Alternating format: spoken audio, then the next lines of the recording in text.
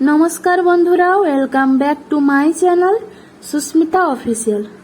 आज के आमी आपनादेरके चिकेनेर स्टमाक आर लिभार दिए एक दारुण रेसिपि शेयर करे देखाबो। आशा करछि आपनादेरके आमार एई भिडियोटी भालो लागबे। तो अनुरोध रइलो आपनारा अवश्यई आमार भिडियोटी लास्ट पर्यन्त देखबेन। जदि भालो लागे ताहले एकटा लाइक कमेंट और शेयर अवश्यई करबेन। तो आज के आमी बानाबो चिकेन स्टमाक और लिभार दिए पकोड़ा। एटा खेते दारुण लागे। तो चलुन रेसिपिटा देखे नी।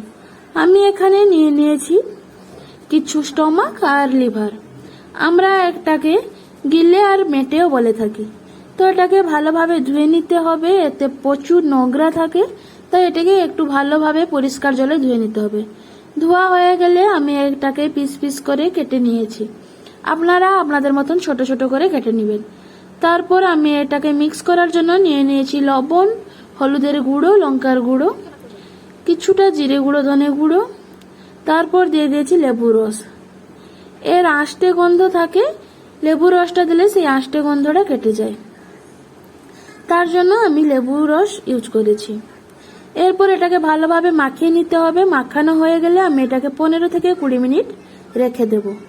তারপর আমি এখানে চলে এসেছি গ্যাসে কড়াই বসিয়ে তেলটা গরম করার জন্য। তো আমি এখানে আমার পরিমাণ মতন তেল দিয়ে দিয়েছি। পকোড়া ভাজার জন্য একটু তেলের পরিমাণটা বেশি দিতে হয়। এরপর 15 থেকে 20 মিনিট রাখার পর আমি আবার চলে এসেছি। তো এখানে আমি নিয়ে নিয়েছি একটা কাঁচা ডিম। ডিমটাকে ফাটিয়ে নিয়ে নিয়েছি। ডিম দিলে ভালো হয়। আপনারা আপনাদের কোয়ান্টিটি দেখে ডিম ইউজ করবেন। আমি এখানে আপাতত একটা ডিম নিয়েছি। ডিম দিয়ে ভালোভাবে মাখিয়ে নিয়েছি। মাখানো হয়ে গেলে আমি এখানে ইউজ করেছি একটা বড় সাইজের পেঁয়াজ বাটা। তো পেঁয়াজ বাটা দেওয়ার পর আমি এটাকে আবার ভালোভাবে মাখিয়ে নিচ্ছি। মাখানো হয়ে গেলে আমি এখানে দিয়ে দেব আদা আর রসুনের পেস্ট। তো আমি এখানে আদা আর রসুন একসঙ্গে পেস্ট করে নিয়েছি। আপনারা চাইলে আলাদা আলাদা পেস্ট করে এখানে দিতে পারেন। আদা রসুনের পেস্ট দেওয়ার পর আমি এটাকে আবার ভালোভাবে মাখিয়ে নিচ্ছি। ভালোভাবে মাখানো হয়ে গেলে আমি এখানে ইউজ করব কর্নফ্লাওয়ার। আমি এখানে পরিমাণ অনুযায়ী কর্নফ্লাওয়ার ইউজ করব। আপনারা চাইলে কর্নফ্লাওয়ার সাথে বেসনও ইউজ করতে পারেন, বাট আমি এখানে বেসন ইউজ করিনি। আর কর্নফ্লাওয়ার পরিমাণটাও আমি বেশি দিইনি, কারণ কর্নফ্লাওয়ারের পরিমাণটা বেশি হয়ে গেলে এর পুডিংটা মোটা হয়ে যায়, খেতে তেমনটা স্বাদ আসে না।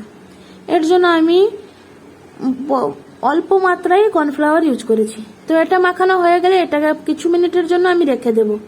তো এখানে আমি টেস্ট করে দেখি আমার লবণের একটু প্রয়োজন ছিল, তাই আমি এখানে স্বাদ অনুযায়ী লবণ ইউজ করেছি। আপনারা এই পকোড়া টেস্ট করে লবণ অবশ্যই দেখে নেবেন। তো এটাকে দেখুন কত সুন্দর দেখা যাচ্ছে। তো আমি এটাকে 5 মিনিট রাখার পর চলে এসেছি গরম তেলে ছাড়ার জন্য। তো আমি একে একে করে সব পকোড়া এই গরম তেলে ছেড়ে দেব। এখানে একটা জিনিস খেয়াল করতে হবে ভালোভাবে, এটাকে লো আঁচে ভাজতে হবে। হাই আঁচে ভাজলে এখানে উপরে লাল হয়ে যাবে, বাট ভেতরে এটা কাঁচা থাকবে। তাই এটাকে একটু সময় নিয়ে ভাজতে হবে। আপনারা দেখুন আমি এখানে অল্প আঁচে ভালোভাবে করে ভেজে নিচ্ছি। এপিট সেপিট করে নিয়ে উল্টে নিয়েছি। এরপর আমার পকোড়া রেডি হয়ে গেছে। তো আমি একটু এখানে কড়া করে ভেজেছি, আপনারা আপনাদের মতন করে ভেজে নেবেন। এইভাবে আমাদের পকোড়া তৈরি হয়ে যাবে।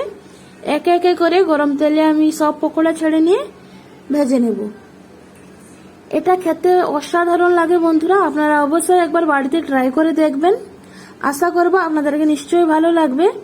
এই পকোড়া খাওয়ার জন্য আপনারা টমেটো কেচাপ ইউজ করতে পারেন, কিংবা ধনিয়া পাতার চাটনিও ইউজ করতে পারেন। আমি এখানে লেবু, কাঁচা লঙ্কা আর পেঁয়াজ নিয়েছি। এর সাথে যদি চা হয় সন্ধ্যাবেলা, তো টিফিন পুরো জমে যায়। কেমন হয়েছে ভিডিওটা অবশ্যই আমাকে কমেন্টসে জানাবেন। আশা করছি ভালো লাগবে। ধন্যবাদ।